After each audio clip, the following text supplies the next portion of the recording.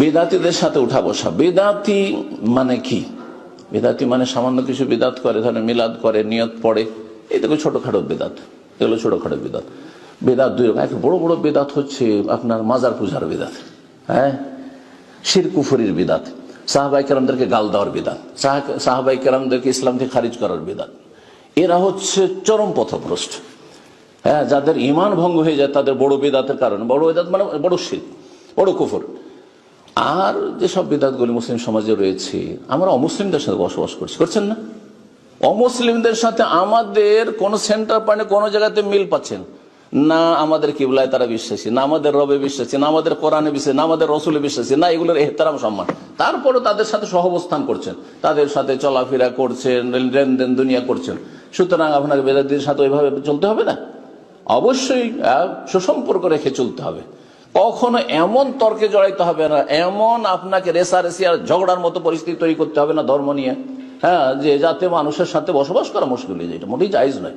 দেখেন সালাফে সালেহের যে উক্তিগুলি রয়েছে, বেদাতীদের সাথে বসতে হবে না, সেটা হচ্ছে এমন বেদাতি যে বেদাতের দিকে আহ্বান করে, হ্যাঁ, যে অনেক মানুষকে পথভ্রষ্ট করছে, তাহলে বেদাতি মোল্লা তাদের নেতৃত্ব দিচ্ছে, আর তারপরে বহু মানুষকে বিভ্রান্ত করে রেখেছে, গুমরাহ করে রেখেছে। তাদের থেকে দূরে থাকবে, তাদেরকে যদি সম্মান করেন, হ্যাঁ, তাহলে মানুষের জনসাধারণ পথভ্রষ্ট হয়ে যাবে। ধরেন একজন বিদাতি, হ্যাঁ, হুজুরকে যদি আমি একবার শ্রদ্ধা সম্মান আর কোলাকুলি করি, আর তার পাশে বসে তার সেও বক্তব্য করলো, আমিও করলাম, তাহলে এতে আপনারা বিভ্রান্ত হয়ে যাবেন। তাহলে তো ওনাদের তো একসাথে আন্তরিকতা দেখছি, তাহলে আমরা কেন তাদের, হ্যাঁ, তারাও তো কিছু ভালো কথা বলে, এই ফেতরায় পড়ে যাবেন আপনি। কিন্তু যারা সাধারণ মানুষ, আমি সাধারণ জনগণ, তারা মোটা খায় মোটা বোঝে, তাদের যদি একটু আল্লাহ এবং রসুলের কথা ভালোভাবে সুন্দর করে উপস্থাপনা করেন, পেশ করেন, সহজে কবুল করে নেবে। এই বিদাতি মোল্লাগুলো যদি বাধা না হইতো, দায়ীলা দলাল যারা যদি এরা বাধা না হইতো, তাহলে তাদের সাথে ওই রকম আচরণ করবেন, যে আচরণ করবেন যারা ফিতনা করে মানুষ বিভ্রান্ত করেছে তাদের মতো। এক। দুই নম্বর আরেকটি বিষয় রয়েছে যে আপনি কোন সমাজে বাস করছেন, সেখানে মেজরিটি বিদাতি আর অল্প কিছু সহিহ সুন্নাহর অনুসারী, নাকি অধিকাংশ লোকেরা কোরআন সুন্নাহর অনুসারী সালাফদের যুগের মতো। যেই কথাগুলি সালাফেরা বলেছেন তখনকার যুগে হাতে গোনা 2-4 জন বেদাতি, আর সবাই কোরআন সুন্নাহর অনুসারী। আর এখনকার যুগে হাতে গোনা কয়েকজন সহিহ আকীদা, সহিহ সুন্নাহর অনুসারী, আর বাকি সবই শিরক বিদআতে লিপ্ত। তাহলে কাকে নিয়ে চলবেন আপনি? বুঝতে পেরেছেন? সুতরাং সবগুলি কথা সালাফদের যে কোনো পরিস্থিতিতে ফিট করবে না, পরিস্থিতি হিসাবে ফিট করতে হবে। হ্যাঁ, স্থান এবং সময়কাল আর অবস্থার পরিবর্তনে আপনার দিনই বেশ কিছু মাসাইলে পরিবর্তন হইতে পারে। এই কথাটি বোঝার জন্য কিছু ইসলামের জ্ঞান লাগবে। এখন যেমন একটু আগে বললাম, সৌদি আরব ছেড়ে কারোর নাগরিকত্ব থাকে সেখানে, এক আমার তো কোনো মূল্য নেই, সে কাল নেই, প্রচুর পাথর পানি।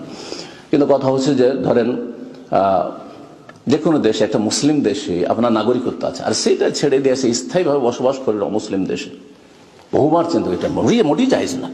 তো সৌদি আরবের ওলামারা যে ফতোয়া দিয়েছেন, তারা সেখানে থেকে সে অবস্থায় ফতোয়া দিয়েছেন। কিন্তু যারা জন্মেছেন এখানে, আর এখান থেকে যাওয়ার কোনো রাস্তা, বিকল্প রাস্তা নেই, বাংলাদেশও যাওয়ার সুযোগ থাকে, হ্যাঁ, যে আমার বাবা সেখানকার, তাহলে তো একটা সুযোগ আছে। কিন্তু এমনও কোনো সুযোগ নেই, করবেনটা কি? তার বংশ পরম্পরা 200-400 বছর থেকে তার বাপ দাদারা সবাই অমুসলিম দেশে বসবাস করে, যাবে কোথায়? কোথায় আছে স্থান আছে কোথাও? তাহলে সবার জন্য ঢালাওভাবে একই রকম ফতোয়া প্রযোজ্য নয়। ফতোয়ার ক্ষেত্রে আপনাকে ফাকিহ হইতে হবে, হ্যাঁ, প্রজ্ঞাবান হইতে হবে, হাকিম হইতে হবে। জি, আল্লাহ তৌফিক দান করুন। জি, তো বিদাতীদের সাথে আচরণটা ঠিক ওই রকমই। আপনি আচ্ছা, বিদাতীদের সাথে আচরণের আরেকটি গুরুত্বপূর্ণ কথা মনে রাখেন, কারণ আপনার পাশাপাশি যেহেতু বসবাস করছে, আমরাও করতে হচ্ছে, আমাদেরকে চলতে হচ্ছে অনেক সময়। দেখেন, বেদাতীদের সাথে আচরণের বিষয়টি হচ্ছে ট্রিটমেন্টের মতো, চিকিৎসার মতো। চিকিৎসার ক্ষেত্রে কোন রোগীর জন্য কোন ওষুধটা প্রযোজ্য, ওইটা কিন্তু একজন চিকিৎসককে সবসময় মনে রাখতে হবে। এখন এই বেদাতীর সাথে কথা বললে ইসলামের লাভ, আপনার স্বার্থ না ইসলামের স্বার্থ? স্বার্থ ইসলামের, হ্যাঁ, মাসলাহাত ইসলামের।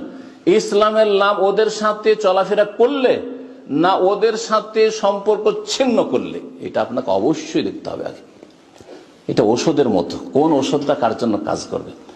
একজন আপনার ছোট ভাই, আর সে বেদাতকে আঁকড়ে ধরে আছে, আর আপনার দুনিয়ার সব কথা শুনছে, একটা তার সংসারের কাজ, পারিবারিক কাজ, বিয়ে শাদী হবে না, সুখ দুঃখ চলবে না আপনাকে ছাড়া, আপনাকে মানে, হ্যাঁ আপনি বাবা আর ছেলে বেদাতি, হ্যাঁ বলবেন যে বেদাতির সাথে চলতে হবে আজকালকার জামানা, না ওর সাথে সম্পর্ক ছিন্ন করেন, যে তোর সাথে কোনো কথা বলবো না তুই যদি সোজা না হবে। কিন্তু ধরেন বেদাতি একজন প্রভাবশালী মানুষ, এখানে বেদাতিরা সংখ্যাগরিষ্ঠ, বিদাতি ধরেন এখানে তারাই আসলে এখানে আধিপত্য কায়েম করে আছে, আর আপনারা দুই চারজন কয়জন হয়েছেন আর বলছেন আমরা পাক্কা সালাম খেয়েছি, না এদেরকে সালাম দেবো না, এদের সাথে কথা বলবো না, এদের সাথে বসবো না, এটা ট্রিটমেন্ট হলো না, এটা চিকিৎসা হলো না। এই জন্য এটি এলাজের মতো করে নিতে হবে, যে এলাজ কোনখানে কোন রোগের জন্য, কোনটা প্রযোজ্য। আল্লাহ যেন বোঝার তৌফিক দান করেন।